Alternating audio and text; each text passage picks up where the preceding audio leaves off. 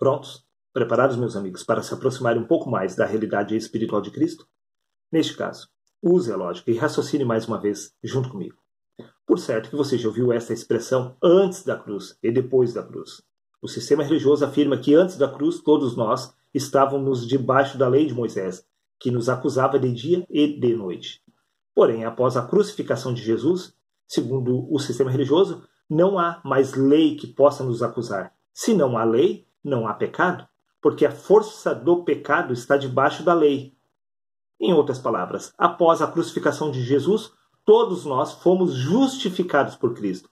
Porém, tem um grupo de pessoas que pensam um pouco diferente dessa tese. Eles afirmam que esta realidade só se tornou possível após a queda do templo no ano 70. Porque, segundo este grupo de pessoas, os pactos ainda estavam se cruzando, enquanto o templo de Jerusalém ainda estava de pé. Ou seja, segundo este grupo de pessoas, somente após a queda do templo é que todos nós nascemos debaixo da graça, sem lei que possa nos acusar diante do Criador. Em outras palavras, segundo estes dois grupos de pessoas, após a crucificação de Jesus ou a queda do templo, todos nós estamos justificados nos nossos pecados, porque não há mais lei que possa nos acusar. Mas, em ambos os casos, eles estão equivocados, e vocês poderão testificar a respeito do que eu estou afirmando. Veja bem, após a crucificação de Jesus, os discípulos permaneceram debaixo do pecado. Ora, se não havia mais lei, como era possível os apóstolos estarem pecando? E se fosse somente depois da queda do templo que os homens foram justificados, como que os apóstolos foram justificados do pecado antes da queda do templo? Você não entendeu? Então, deixe-me te ajudar a compreender. Veja o que consta no livro de 1 João, capítulo 3, versículo 9. Todo aquele que é nascido de Deus não vive na prática do pecado. Em outras palavras, se os apóstolos estavam vivendo na prática do pecado, isto significa que eles ainda não haviam nascido de Deus. E desta forma podemos entender que a crucificação de Jesus serviu apenas para ilustrar o que deve acontecer a nível espiritual com cada um de nós. Porque, ao nascermos de novo, simboliza que a natureza deste primeiro homem natural foi crucificada com Cristo. Por isso que Paulo diz, já não sou mais eu quem vive, mas Cristo vive em mim, porque fui crucificado com Cristo. Neste caso, quando exatamente Cristo, ou melhor, Paulo foi crucificado com Cristo?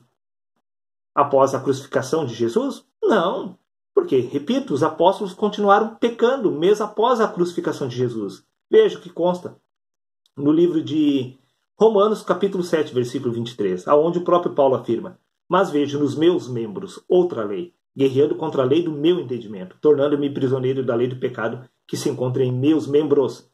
Paulo ainda estava vivendo debaixo da lei que o acusava de dia e de noite. E não estamos falando da lei de Moisés, e sim da lei do pecado que se encontra nestes membros, que é removida somente com a morte do natural. Veja o que consta no livro de Romanos, capítulo 7, versículo 1.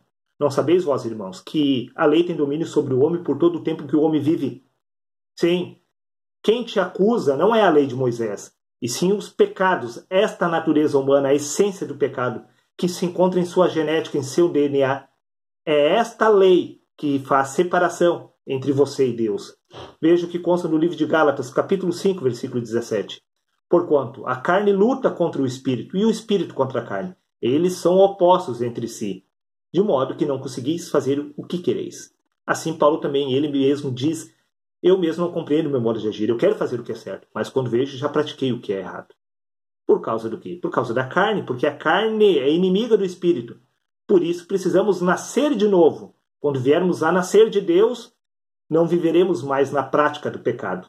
Nada tem a ver com depois da cruz ou antes da cruz. Tem a ver com a crucificação deste homem, porque primeiro é o natural, depois o espiritual. Tudo que aconteceu lá na cruz serviu para ilustrar o que devemos realmente fazer com esta natureza do pecado que se encontra em nossos membros. Preste atenção. Veja o que consta no livro de Tiago, capítulo 4, versículo 1. De onde vêm as batalhas e os desentendimentos que há entre vós, disse Tiago. De onde, senão das paixões que guerreiam dentro de vós? Como podemos ver, é da nossa natureza fazer o que é contrário à vontade do Espírito. Se Jesus tivesse removido esta natureza do pecado que se encontra em nossos membros, não haveriam guerras, não haveriam paixões. Até os dias atuais, não haveriam brigas nem contendas. Se isto ainda existe, isso significa que o primeiro homem natural ainda está de pé? Sim, porque a carne luta contra o espírito. Ambos são opostos entre si. Sim, o próprio Pedro ele afirma, ou melhor, livro de 1 João capítulo 1, versículo 10. Se dissermos que não temos pecado, fizemos Deus de mentiroso. Olha, Jesus já havia sido crucificado e as pessoas ainda continuavam pecando. Ou seja, a lei de Moisés não foi removida. Muito menos a lei do pecado que se encontra em nossos membros. Ambos estavam atuando. A lei de Moisés revelando o pecado no homem. E ela revela até os dias de hoje que nós estamos em pecado. Do contrário, você não perceberia que você ainda está em pecado? Se você percebe que você está em pecado, que você tem consciência de pecado, é por causa da lei de Moisés? E se você está em pecado, é porque a lei do pecado que se encontra nestes membros não foi removida por Jesus lá na cruz. Porque isso é da sua responsabilidade. Por isso que Jesus disse, quem quiser vir após mim, negue-se a si mesmo, tome a sua cruz e crucifique. Esta é a natureza do pecado. É da sua responsabilidade. Então, para encerrar esta parte, mesmo após a morte de Jesus lá na cruz, a lei ainda continua vigorando até os dias de hoje. E no caso da queda do templo? Por acaso, somente após a queda do templo no ano 70 que as pessoas são justificadas diante do Criador? Também não. Porque os apóstolos haviam sido justificados mesmo antes da queda do templo. Veja o que consta no livro de Gálatas, capítulo 2, versículo 20. Paulo afirmando, fui crucificado com Cristo, deste modo já não sou eu quem vive, mas Cristo vive em mim.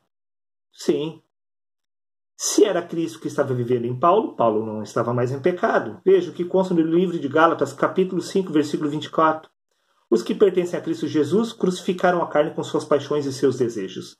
Sim, todos os apóstolos haviam crucificado esta natureza humana. Neste caso, eles cumpriram o que diz respeito à lei no livro de Romanos, capítulo 7, versículo 1. Não sabeis vós, irmãos, que a lei tem domínio sobre o homem por todo o tempo que o homem vive? Sim, a lei do pecado tem domínio sobre o homem por todo o tempo que o homem vive. Por isto que todos os apóstolos foram crucificados com Cristo Jesus, símbolo da remoção do pecado, através do novo nascimento. Sim, todos eles haviam nascido de Deus, conforme consta no livro de 1 João, capítulo 3, versículo 9, para recapitular, todo aquele que é nascido de Deus não vive na prática do pecado.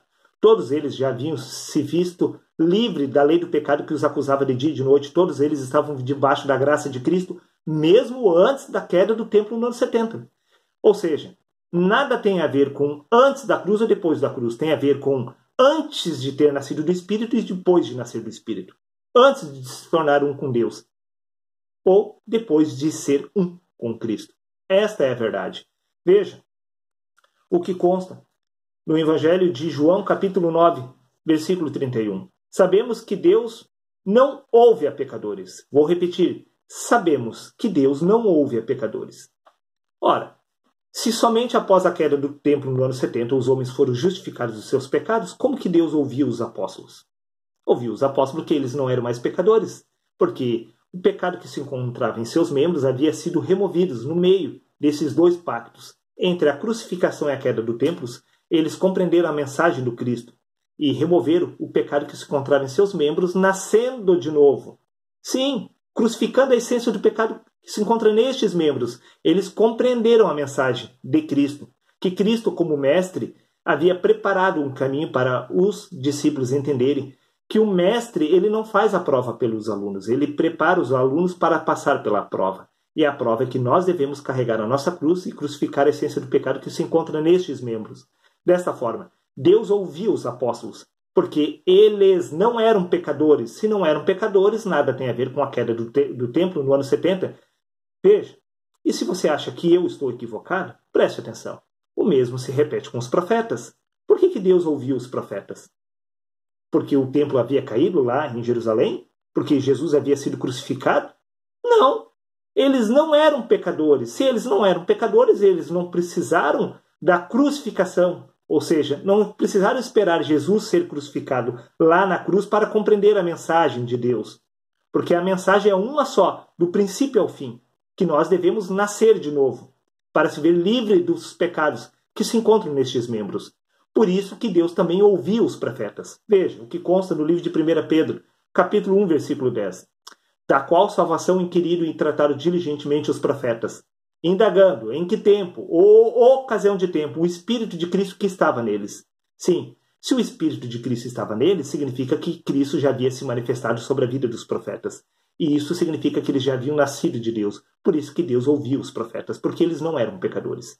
E eles não eram pecadores mesmo após terem existido antes da crucificação de Jesus e da queda do templo no ano 70. Porque tudo isso é uma representação do que deve acontecer a nível espiritual com cada um de nós. É a lei do pecado que se encontra nestes membros que deve ser crucificado por cada um de nós, porque a salvação é individual. E a queda do templo é uma representação da queda deste homem natural, porque o primeiro é o natural, depois o espiritual. Este homem natural, ele é o templo de Deus, provisório, porque o verdadeiro templo de Deus é o homem espiritual. Quando você vier a nascer de Deus, então você será o verdadeiro templo espiritual de Cristo. Tá dado o recado, seria isso. Um abraço a todos e até o próximo.